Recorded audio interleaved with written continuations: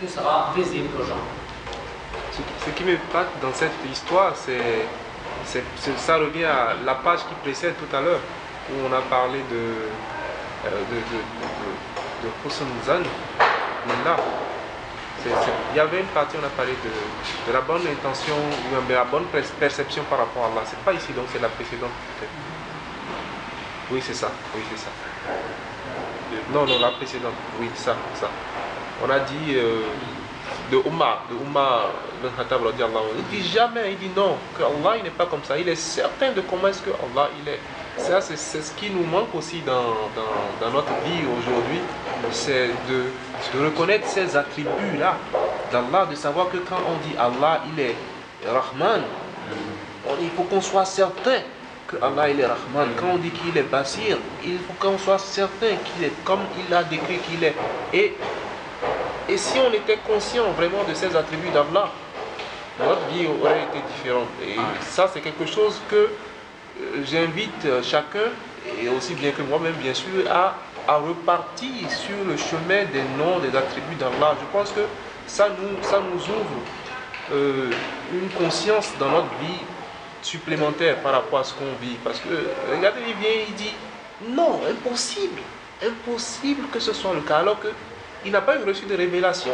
Ce n'est pas un ange qui est venu lui dire quoi que ce soit. Non, c'est juste qu'il avait cette bonne pensée d'Allah, en sachant que Allah, il est Satar, donc il ne peut pas te dévoiler à la première fois parce qu'il s'est révélé comme tel à ses créatures. Subhanallah. Un homme est venu chez le prophète sallallahu alayhi wa sallam. Il a dit, oh prophète, qui va nous juger le jour du jugement? Est-ce que c'est Allah ou les anges? Le prophète sallallahu alayhi wa sallam a dit, non, c'est Allah en personne. Alors il dit, alhamdulillah, je n'ai pas peur. Alhamdulillah, je n'ai pas peur. Il est Rahman Rahim, je n'ai pas peur. Si les anges vont me juger, j'aurais peur. Les anges, ils ont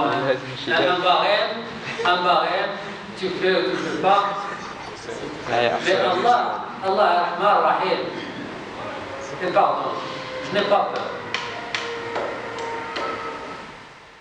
Et puis, deux hommes étaient devant Allah subhanahu wa ta'ala. Et Allah subhanahu wa ta'ala les a jugés d'aller à l'enfer. Ils ont fait beaucoup de péchés. Elle dit, vous les deux, allez, partez à l'enfer. Une personne va en courant. Dès qu'il entend l'autre, il va en courant. Et l'autre, il ne bouge pas. Il appelle celui qui va en courant, reviens. Pourquoi tu vas en courant? Je te dis, va à l'enfer, tu vas en courant. Il dit, oh mon Seigneur, j'étais contrarié dans le monde si bas, et voilà ce qui m'est arrivé. Je ne peux pas refuser tes ordres ici. J'ai refusé tes ordres dans le monde si bas. Tu m'as dit de faire la salade, je ne l'ai pas fait. Tu m'as dit de jeûner, je ne l'ai pas fait, etc., etc. Et voilà ce qui m'arrive maintenant. Je ne veux pas refuser tes ordres. Je dois obéir maintenant. Il dit, d'accord. Et toi, pourquoi tu ne bouges pas? Il dit, oh Seigneur, j'ai toujours cru que tu es pardonneur. Et j'attends ton pardon. Allez, vous les deux, allez au pardon. Et celui qui allait ensemble, il est plus obéissant que l'autre. Allah subhanahu wa ta'ala, le jour du jugement, il y a deux personnes qui sont devant Allah. Ces deux personnes ont beaucoup de péchés, plus de péchés que de hasanat. Donc ils doivent aller à l'enfer. Alors il dit, vous avez beaucoup de péchés, vous devez aller à l'enfer. Allez à l'enfer. L'un d'eux va en courant et l'autre ne bouge pas. Alors il laisse celui qui ne bouge pas et appelle celui qui va en courant. Reviens. Et il revient.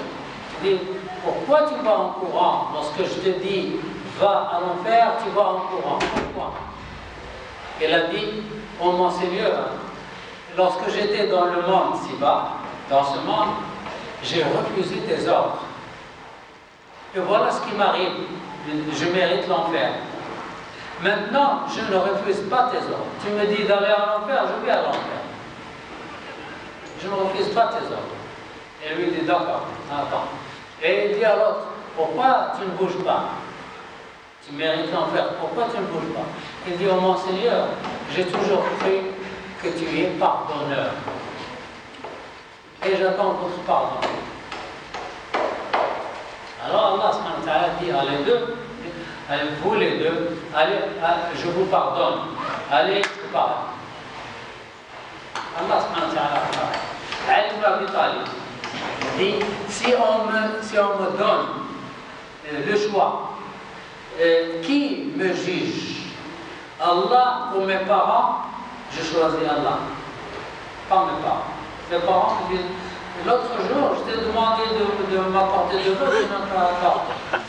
L'autre jour, je t'ai dit ceci, tu n'as pas fait. Mais Allah, pardonneur.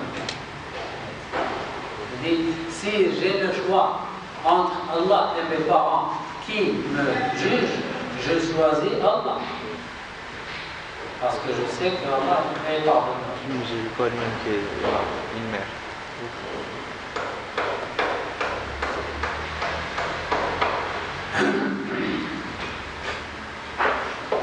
Le rayonnement du cœur, du Basira, te fera constater sa proximité de toi, la proximité d'Allah.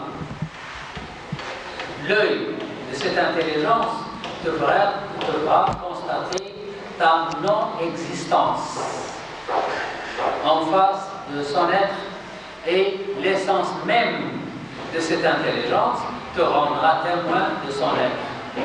Tu ne verras alors ni ta propre existence, ni ta non-existence.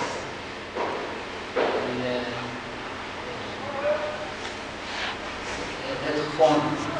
Alors là, il y a 3 stades de connaissance. 3 stades de connaissance, ce qu'on appelle en arabe, donc un ilm al-yaqin, ayn al-yaqin, haqq al-yaqin. Ilm al-yaqin, c'est la connaissance, parce que peut-être vous savez que je ne mens pas. Ou bien moi, ou bien votre parent, ou bien quelqu'un qui ne ment pas.